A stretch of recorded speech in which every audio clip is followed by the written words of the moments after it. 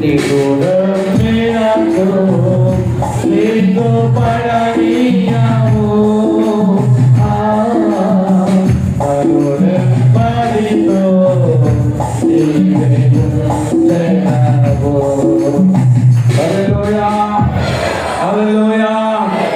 ఒక 5 నిమిషాలు దేవుని వాక్యం మీద పంచుకుంటా.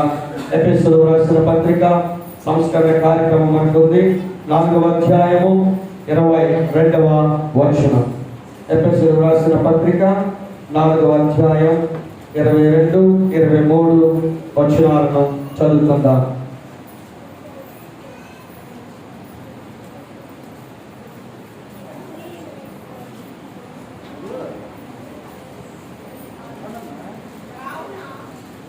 చదువు. కావున మునుపటి ప్రవర్తన విషయంలోనైతే మోసకరమైన దురాశల వలన చెడిపోవు మీ ప్రాచీన స్వభావమును వదులుకొని మీ చిత్తవృత్తి యందు నూతన పరచబడిన వారై నీతియు యథార్థమైన భక్తియు గలవారై దేవుని పోలికగా సృష్టింపబడిన నవీన స్వభావమును ధరించుకోవచ్చు. దేవుని స్తోత్రం కలుగును గాక. హల్లెలూయా, హల్లెలూయా. ఏ స్వభావం కావాలండి మనందరికీ? చెప్పాలమ్మా, ఏ స్వభావం కావాలి? నవీన స్వభావము అంటే నూతనమైన స్వభావం మనకు కావాలి. నూతన సంవత్సరంలో, నూతన దినాలలో ప్రవేశించిన ఆయన బిడ్డలమైన మనకు, లేక క్రీస్తు రక్తములో కడగబడిన సంఘ బిడ్డలమైన మీకు, లేక దేవుని దాసులుగా వాక్యం బోధిస్తున్న నాకు, కూడి ఉన్న మనందరికీ నూతన స్వభావాన్ని దేవుడు దయచేయవాడిగా ఉన్నాడు. అందరూ గట్టిగా దేవుని స్తోత్రము చెల్లిద్దాము. హల్లెలూయా. అపొస్తలుడైన పౌలు గారు ఎఫెసీ 22వ అధ్యాయము ఈ యొక్క వచనములో రాయబడినటువంటి 4:22లో చూసుకున్నప్పుడు మునుపటి ప్రవర్తన విషయంలోనైతే మోసకరమైన దురాశల వలన చెడిపోయి మీ ప్రాచీన స్వభావమును వదులుకోమంటున్నాడు దేవుడు. గట్టిగా చప్పట్లు కొట్టి దేవుని నామాన్ని మహిమపరుద్దాము. ఒకప్పుడు మనం చెడిపోయాం, ఒకప్పుడు మనము అపరిశుద్ధులైపోయాం, ఒకప్పుడు పరిశుద్ధతకి దూరం అయిపోయాం, ఒకప్పుడు క్రీస్తు రక్తానికి దూరముగా జీవించాం, దేవుని వాక్యానికి దూరముగా జీవించాం, దేవుని సన్నిధికి దూరముగా జీవించి ఉండవచ్చు, దేవుని పరిచర్యకు దూరమైపోయి ఉండవచ్చు, పరిచర్యలో భాగస్వాము కాలేక ఉండవచ్చు, దేవుని యొక్క నడవడికకి, ఆత్మీయ సహవాసానికి, ప్రార్థించే స్వభావానికి, నీరు కట్టబడిన ఆత్మీయ లోతైన హృదయపూర్వకపు దేవుని వాక్యమందు అంటి కట్టబడిన చెట్టు వలె ఉండక దూరమైపోయి ఉండవచ్చు. ఇదిగో దేవుడు అంటున్నాడు, మీ ప్రాచీన స్వభావాన్ని ఎక్కడితో విడిచిపెట్టాలి. నమ్మిన వారు ఆమేన్ చెప్తా, నడుచుకునే వారు ఆమేన్ చెప్తా. ఏదైతే ప్రాచీన స్వభావము దేవునికి విరుద్ధమైనది, దేవుడు ఇష్టపడనిది, దేవునికి వ్యతిరేకమైనది, విగ్రహాలు చేస్తున్నావా, నువ్వు దేవునికి విరుద్ధమైన వారితో సమానమే. ముహూర్తాలు చూస్తున్నావా, నువ్వు దేవునికి వ్యతిరేకమైన వ్యక్తివే. నువ్వు కాలాలు సమయాలు లెక్క పెట్టుకుంటున్నావా, దేవునికి వ్యతిరేకమైన పనులు నువ్వు చేస్తున్నావని. నువ్వు ఒకవేళ ప్రార్థించే సమయాన్ని దొంగిలిస్తున్నావా, దేవుని సన్నిధిని దొంగిలిస్తున్నావా, దేవునికి ఇచ్చే ధనాన్ని దొంగిలిస్తున్నావా, దేవునిచ్చే ఆరోగ్యాన్ని నిర్లక్ష్యము చేసి వ్యసనపరుడే తిరుగుచున్నావేమో. నీతో దేవుడు మాట్లాడుచూ ఉన్నాడు. ఈ ప్రాచీన స్వభావాలని విడిచిపెట్టాయి.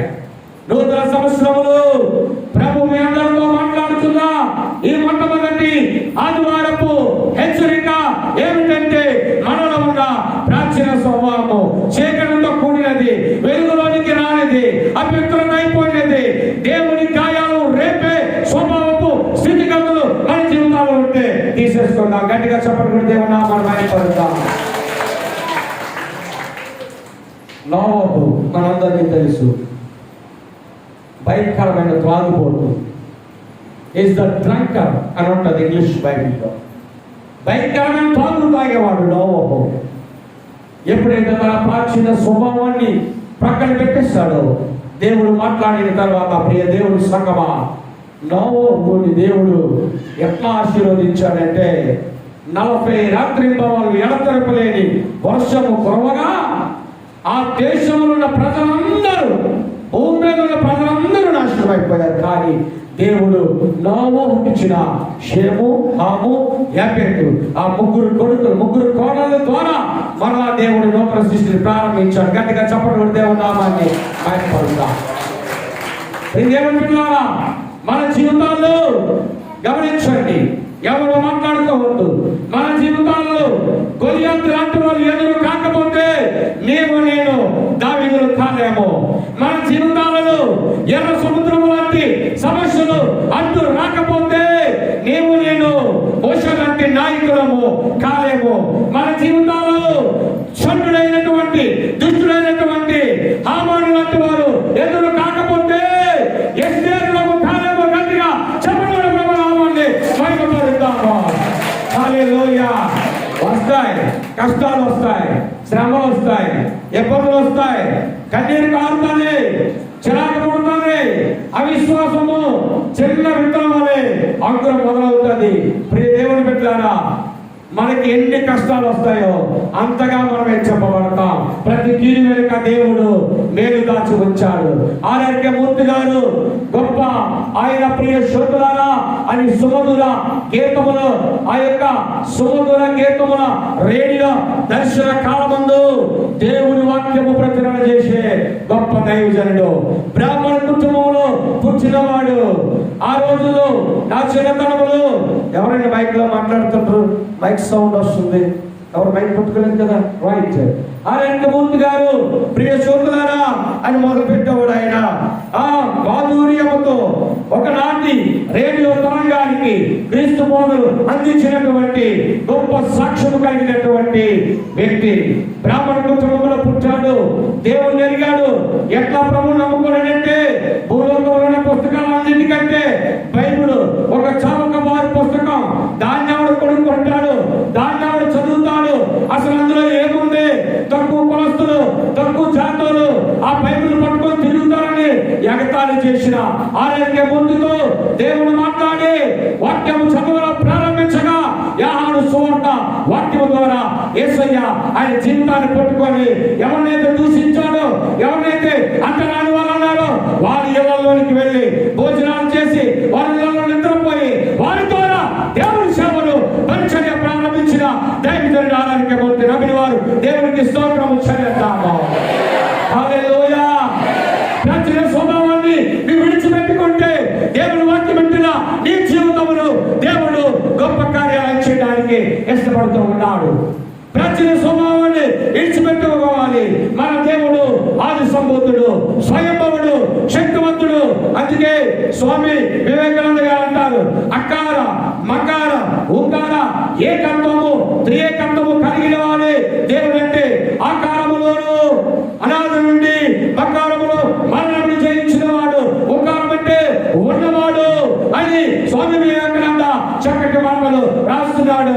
ఆయనే నజరేయుడైన యేసయ్య మీ ప్రాచీన స్వభావాన్ని తొలగించి నూతన ఆత్మతో మిమ్మల్ని నమ్మడానికి ఇష్టపడుతున్న దేవుడు. అందరికంటే చెప్పబడిన ప్రభువు కాబట్టి మహిమపరుస్తాము. హల్లెలూయా, హల్లెలూయా. విడిచిపెట్టేద్దాం, మనం దేవునికి అయిష్టమైన కార్యాలు విడిచిపెట్టేద్దాం. హ్యాపీగా ఉందాం, పరిశుద్ధులుగా మనం ఉందాం. దేవుని దృష్టిలో నీవు నిష్కలంకమైన స్త్రీగా పురుషుడిగా ఉంటే నిన్ను ఇచ్చిన దీవెన దేవుడు లోకంలో ఎవరికి ఇవ్వడండి.